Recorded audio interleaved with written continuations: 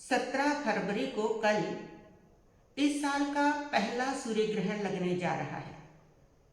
ये सूर्य ग्रहण भारत में दिखाई नहीं देगा, लेकिन फिर भी लोगों के मन में एक सवाल है कि जब सूर्य ग्रहण भारत में दिखाई नहीं देगा तो क्या हमें इसका जप, इसका दान पुण्य करना चाहिए या नहीं करना चाहिए।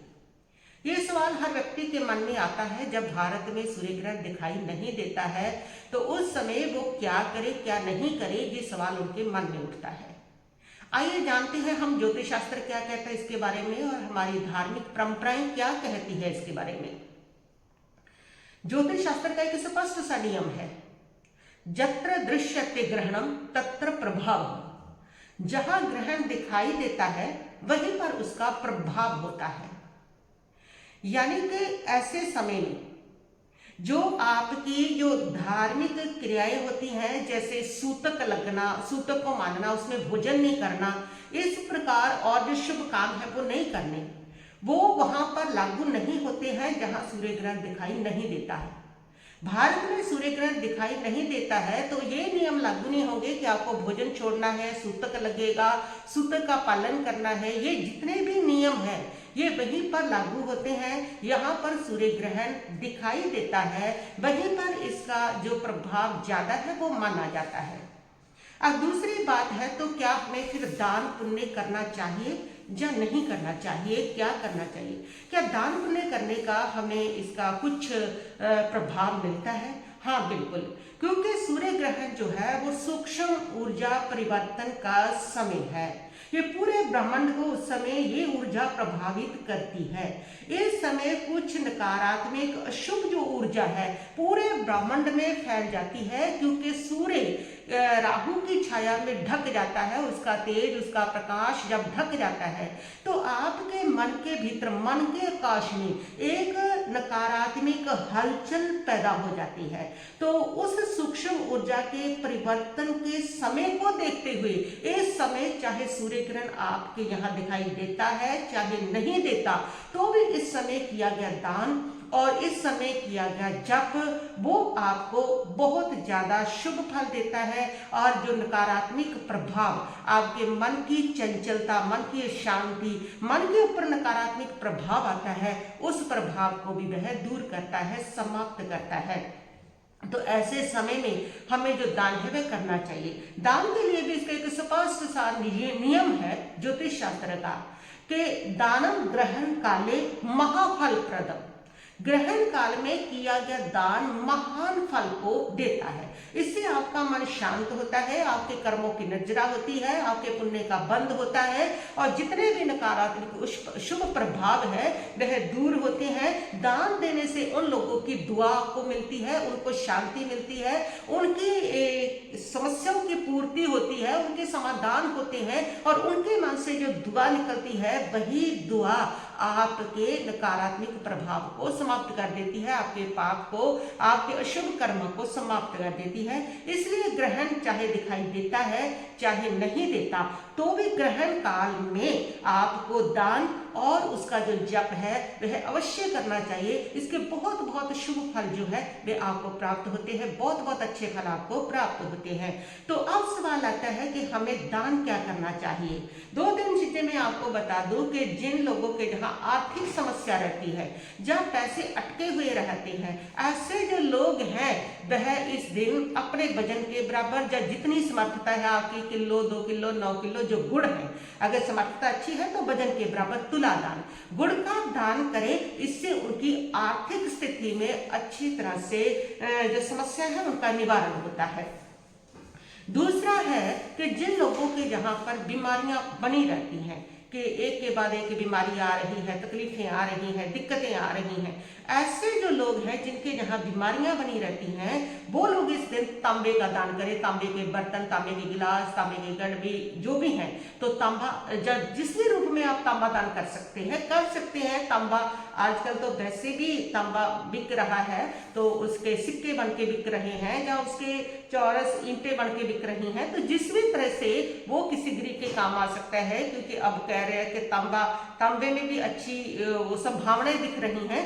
तो इसलिए तांबा आप किसी गरीब को देंगे, वो गरीब का अगर बढ़ता है तो उस गरीब को बहुत अच्छा काम आता है। तो इसलिए आप वो लोग जिनके यहाँ पर बीमारियों पे बहुत पैसा खर्च होता है, जब बीमारियां बनी रहती हैं, तो उन लोगों को इस सूर्य ग्रहण पर तांबा दान करना चाहिए। और तीसरी समस्या है कि जिन लोगों के घरों में घर के अंदर बहुत ज्यादा परेशानियां बनिया रहती हैं, गृह क्लेश बना रहता है, मन एक दूसरे से टूटे हुए रहते हैं, उदास रहते हैं, परेशानियां रहती हैं, ऐसे जो लोग हैं वो केले, बच्चों में केले बांटे, बच्चों में केले का दान करें, गरीब बच्चों में जाएं और वहां पर आप 1 दर्जन 2 दर्जन जितनी इच्छा है केले बांटे। या फिर आप अगर आपको कहीं पर भी बंदर मिलते हैं तो उनको ये केले खिलाए जाए तो वो बहुत अच्छा है, उससे आपके घर के रिश्तों में मठास बढ़ती है। तो ये चीजें हैं जो आपको दान के लिए बताती है कि सूर्य देव का दान इस दिन आप करते हैं, क्योंकि सूर्य को ग्रहण लगता है और सूर्य को राहु की छाया ढक लेती है। सूर्य ही है आपकी आत्मा का प्रतीक, सूर्य ही है आपके आत्मविश्वास का प्रतीक। तो ये इस जब छाया इसके ऊपर आती है, सूर्य अगर आपकी कुंडली में भी कमजोर है तो उस समय आपका आत्मविश्वास काफी ज्यादा टूट जाता है और आपकी बिलिंग पावर नहीं बनी रहती। तो ये नकारात्मक प्रभाव आपके मन में काफी हलचल, आत्मा में हलचल पैदा हो जाती है। तो ये काफी नकारात्मक प्रभाव होता है। इसलिए सूर्य का जो दान है इस दिन, मतलब कि गुड़, गेहूं, तांबा, ये सारा सूर्य का ही दान है। तो जो सूर्य का दान है वो आप इस दिन अवश्य करें। हाँ, एक बात आपको और बताती हूँ कि ये जो सूर्य ग्रहण है ये कुंभ राशि में लग रहा है। कुंभ राशि वालों को विशेष तौर पर सावधान रहने की जरूरत है। कुंभ राशि वाले लोग सावधान रहें इस समय के दौरान के ये जो प्रभाव है 3 महीने या 6 महीने तक व्यक्ति पर बना रहता है। और धनिष्ठा नक्षत्र में लग रहा है, जिनका जन्म धनिष्ठा नक्षत्र में हुआ है उनको भी सावधान रहने की जरूरत है। उनके ऊपर काफी नकारात्मक प्रभाव ये छोड़ सकता है। तो कुंभ राशि वाले लोग फिर क्या करें? कुंभ राशि वाले लोग एक तो गेहूं का दान करें और उसके साथ साथ वह काला कंबल या फिर काले तिल इसका वो दान करें। या फिर कुंभ राशि वाले जो लोग हैं उसके साथ साथ काला तिल, काले कंबल दोनों में एक गेहूं का दान, कनक का दान और दूसरा तीसरा जो है 3 प्रकार के उनको दान करने हैं राहु केतु का, यानी कि बादाम या नारियल का दान करें। तो ये दान वो कुंभ राशि वाले लोग कर सकते हैं। जिन लोगों पर साढ़ सती चल रही है, जिन लोगों के ऊपर शनि की दशा, अंतरदशा, महादशा चल रही है और वो उससे काफी ज्यादा नकारात्मक प्रभाव उनको मिल रहे हैं, तो वो लोग भी इस दिन काले तिल और काले कंबल का दान करें और उनकी समस्याओं का निराकरण होगा। और जिन लोगों के ऊपर राहु केतु की महादशा, अंतरदशा चल रही है या राहु गोचर में किसी भी प्रकार से उनको पीड़ित कर रहा है या फिर राहु केतु अगर नीच के हैं, तो ऐसे लोग जो है वो इस दिन बादाम और नारियल अपनी स्वार्थता के अनुसार दान करें और इससे भी उनकी नकारात्मकता दूर होगी। तो कुंभ राशि वाले लोग अवश्य इन चीजों का दान सुन लें और वो जरूर कर लें, क्योंकि कुंभ राशि में ये लगने जा रहा है, धनिष्ठा नक्षत्र में लगने जा रहा है। इन लोगों को थोड़ी 3 महीने तक परेशानियां, स्वास्थ्य संबंधी, मानसिक तनाव हर प्रकार की बनी रह सकती है। तो इसलिए इन लोगों को ये दान करने जरूरी है। कुंभ राशि वाले लोग फिर सुन ले एक बार, वह काले कंबल का दान और गेहूं का दान और तिल का दान और नारियल, बादाम का दान, जो कुंभ राशि वाले लोग इन 4 चीजों का दान कर दें तो इसलिए उनका जो नकारात्मक प्रभाव शांत होगा, दुआ उनको मिलेगी और मन उनका अपने आप ठीक रहने लगेगा, प्रसन्न रहने लगेगा। तो उसके साथ ही इसका जाप क्या करना है और ये जाप, ये दान किस समय करना है ये भी सुन ले, क्योंकि सूर्य ग्रहण का जो समय है वो भारतीय समय के अनुसार दोपहर को 3:26 पर लगेगा और ये रात को 7:57 तक रहेगा। तो यानी कि ये समय के दौरान आप लोग जो है वह ये दान कर सकते हैं, ये आप जाप भी इसका कर सकते हैं। तो आइए अब हम देखते हैं कि जाप क्या करना है इसमें, क्योंकि इस समय जो आप जाप करते हैं वो जाप आपको अनंत गुना फल देता है। तो इस समय आपको जो जाप करना है वो सूर्य देव का जाप कर सकते हैं, गृहिणी सूर्याय नमः, ताकि सूर्य ही सारे ग्रहों का राजा है, सूर्य ही आपका मेन आधार है। उसी सूर्य को राहु की छाया नेत्रसा है, तो उसी को पावर देने की जरूरत होती है और राहु को भी शांत करने की जरूरत होती है।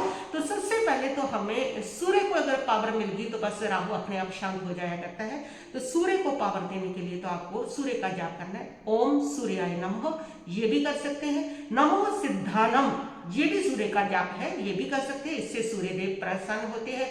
सबसे बेस्ट, सबसे अच्छा जाप है छठे तीर्थंकर श्री पदम प्रभु जी। सूर्य स्वयं उनकी सेवा करती है, उनका नाम लेने से ही सूर्य प्रसन्न हो जाते हैं। सूर्य उन लोगों को कभी तकलीफ नहीं देते हैं जो लोग पदम प्रभु जी की भक्ति करते हैं, और कोई सूर्य का ग्रहण उनको नकारात्मक प्रभाव नहीं देता है।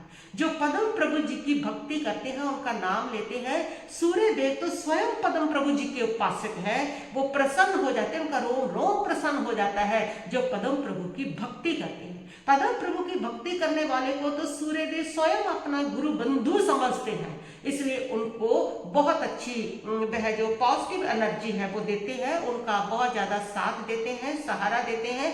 तो नवमे तीर्थंकर पदम प्रभु जी का आप जाप करें, उनका स्मरण करें, उनका ध्यान करें।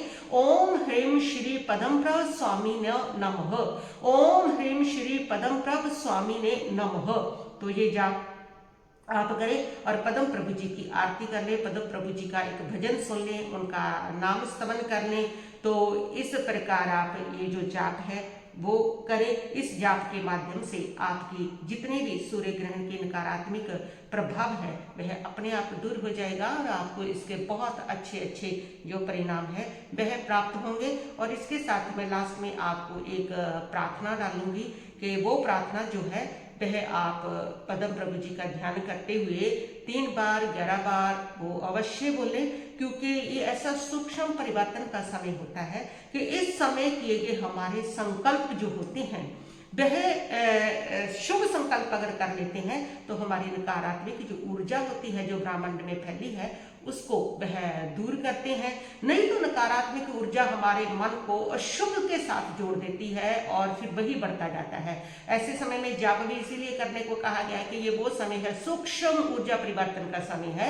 ऐसे समय में अगर आपकी ऊर्जा क्रोध में, मान में, माया में, लोभ में बह रही है तो वो बहुत गहरी हो जाएगी। और ऐसे समय में अगर आप दान करने लगे हैं, सूर्य ग्रहण को सोच के मौन में बैठे हैं, शांति में बैठे हैं, जाप कर रहे हैं, जाप नहीं भी हो रहा तो भी अगर आप शांति और मौन धारण करके बैठे हैं ना, तो आपकी ये जो ऊर्जा है वो उसी प्रकार फलित होगी। यानी कि इस ऊर्जा का इतना प्रभाव है, जो ऊर्जा परिवर्तन का ये समय है वो इतना प्रभावशाली है कि इस समय आपके संकल्प फलित होते हैं। और इसलिए अशुभ संकल्प ना हो, क्रोध ना हो, मान ना हो, माया ना हो, लोभ ना हो, क्योंकि पहले नकारात्मक ऊर्जा बढ़ रही है और नकारात्मक हो गया तो फिर जीवन में समस्याएं खड़ी हो जाती हैं, दुखद पल खड़े हो जाते हैं। तो इसलिए इस समय पर जाप करना, शांति से मौन से बैठना, शांति को धारण करना कि ये 3-4 घंटे ना मैं क्रोध करूंगा, ना किसी को अपशब्द बोलूंगा, ये आप संकल्प ले। और साथ में मैं आपको एक प्रार्थना दूंगी, वो प्रार्थना,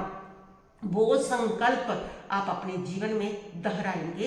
3 बार उसको सुने, 11 बार सुने, 27 बार सुने, जितना सुनेंगे उतना अच्छा है। वो भी मैं वीडियो के लास्ट में आपको दे दूंगी।